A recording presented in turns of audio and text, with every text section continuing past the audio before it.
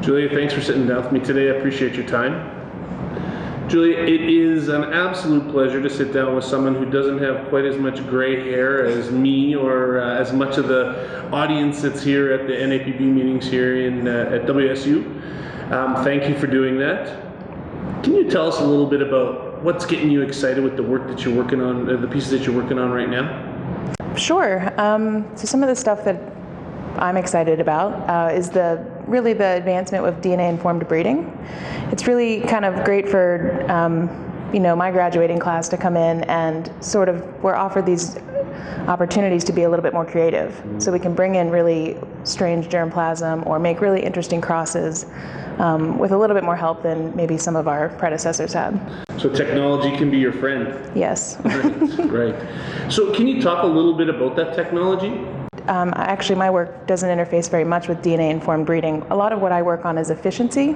Okay. So looking at trial design efficiency or looking at how efficiently we are applying some of these technologies.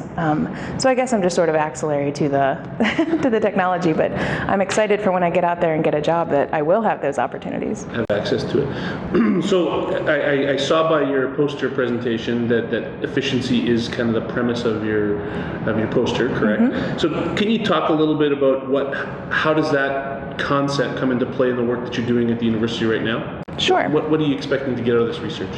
Sure. So the poster that I'm presenting at this meeting is one of about 9 projects I'm doing for my doctorate. And the whole premise of my work is quantifying accuracy and efficiency in the apple breeding program here at WSU. So what I'm hoping to get out of this work really is to sort of to see how efficient we're being, to maximize efficiency and accuracy, and then to sort of show Kate Evans, who's the breeder, and then kind of further on the industry, the stakeholders, that we are an efficient program and this is a good investment and that maybe it's worth investing a bit more. And so whose ears does that come to then? You get this, so you're going to take this to Kate, and where else is it going to go? Where is it going to have an impact within the school? So our breeding program is pretty much entirely industry funded. So my goal would be to talk with some of the chairs at the Tree Fruit Research Commission in Washington and really just show them that we are doing a great thing here and our program is highly efficient and we're getting new cultivars out and that they're making a good investment with their money. So as a graduate assistant, you get to work with lots of students. You're going to come across, I'm sure in your path, you're going to come across some undergrads, some graduates. What questions come up about plant breeding? What kind of things do you get involved in conversations with your fellow colleagues about plant breeding? What questions do they have for you? I got to work with undergrads a little bit more in my master's and undergraduate myself, but some of the questions that I know, that I have and that we have conversations when I do get to interact with other grad students, one of them is sort of, where are we going to be hired? Right. Outside of academia, outside of USDA, and maybe like the 2 biggest plant breeding companies you could name, that where else are we going to go? There's a whole slew of us here at WSU. It's a big plant breeding training school. So I've been really impressed with at this meeting in particular, the number of smaller companies that have been represented. And so everyone I talk to, I'm like, oh, where do you work for? And they're like, oh, this little company that I've never heard of. Right.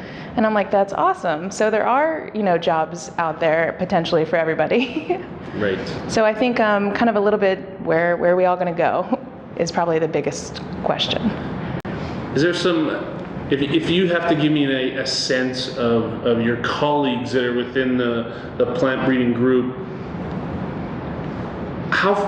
here's really where my question comes from. The folks that I've been meeting that are part of this program here at WSU are blowing me away. And so you're integrated in amongst them. Are they as impressive as they seem? I would say yes. Yeah. I would hands down say yes. I guess you can't say no in front of a camera, can you? No, I could. And I would. I'm still in grad school, so I can say those things. But, I've kind of worked in industry before, and I've worked at other universities. And when I was actually applying for my PhD, I toured maybe 8 or 9 different schools, and I was very, I know how important your major professor is and the school you go to as far as furthering my own education and WSU won hands down.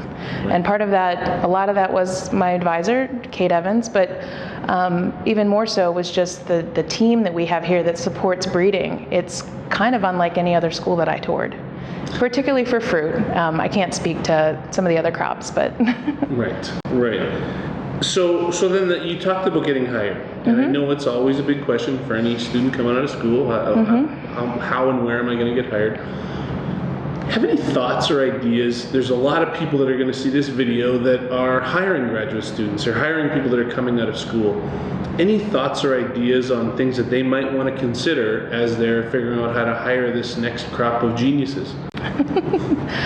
I guess the biggest thing that I would say, and I'm speaking to this mostly from my experience with an internship that I recently did, is that when you're writing a job description or you're thinking about what you want someone to do, I think something that sort of slips under the radar in descriptions, but also sort of in the interview process, is the level of management that this person will be doing and how well suited they are to managing.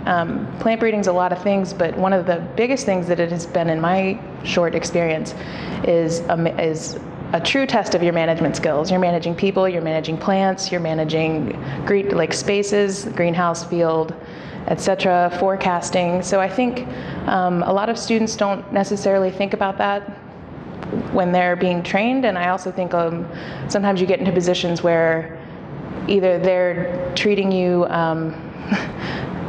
in such a way that you have more skills than they're allowing you to show, right, or sometimes you're just in over your head. Right. So I think maybe making that really clear about what kind of management, how much management you're going to be required to do. Can you think of a way to ask that question if I'm a student or a potential hire? What question could I ask a potential employer to get a sense of that? Any thoughts? How could I get an idea? You've been in a spot where you maybe haven't been on both sides of that spectrum. What kind of question now would you ask if you were going to be in that hiring position again? I think it comes down to, kind of clearly detailing what my responsibilities are, and sort of what kind of support you're going to have. So some of those questions are more or less important depending on, like, if you go into industry, usually there's a lot more resources and help.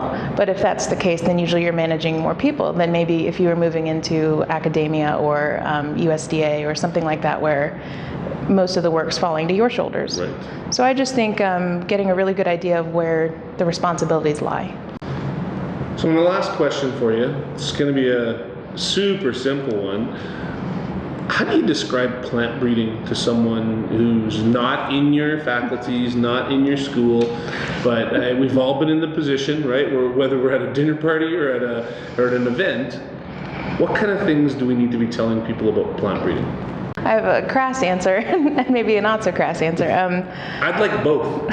So when people are like, plant breeding, what's that? I'm like, well, it's plant sex. Right. That's what I do. Nice. So, people generally know what both of those things are, so that gets the message across. Right. But when they're sort of like, well, why? Or why would you be interested in that? Or what are you really doing? I talk to them about kind of just basic crop improvement, like where would we be if we were still eating, apples out of the Kazakhstan forest in China? They wouldn't be very good. Or where would we be, with weed if we hadn't, worked on non-shattering or any of those things? So kind of, people, I usually go in with a garden analogy. People like their gardens if they garden. So it's kind of like, well, these were all bred varieties. So these are, they have different things, disease resistance. There's a lot more awareness about food in particular of late, and people are pretty interested in what's being done to their food and where it's coming from, and I think that extends all the way back to plant breeding. So I try to make it clear that what I'm personally doing is not genetic engineering. That's almost the second question I get. Oh, so you're doing GMOs? Right. I'm like, no, but let's have that conversation if you want to. Right. Well, especially now because we have variety. We have a right? GMO apple. Yeah. So has that changed the conversation at all? Not yet, because I still think there's not a lot of awareness about it. I think it will in the not so distant future, that we will be having that conversation a lot more. And I think people really, there's an issue of science literacy that we get into, and I think it's important that when I get asked those questions from non-specialists, I try to take the time and explain as best I can in a way that makes them want to know more, or at least that leaves them a little more informed than when they before they ask the question. Agreed. Well said. And hopefully they don't regret asking me the question. Right. I'm sure not. Julie, thanks again for sitting down with me. I appreciate it. Great. Thank you so much for the opportunity.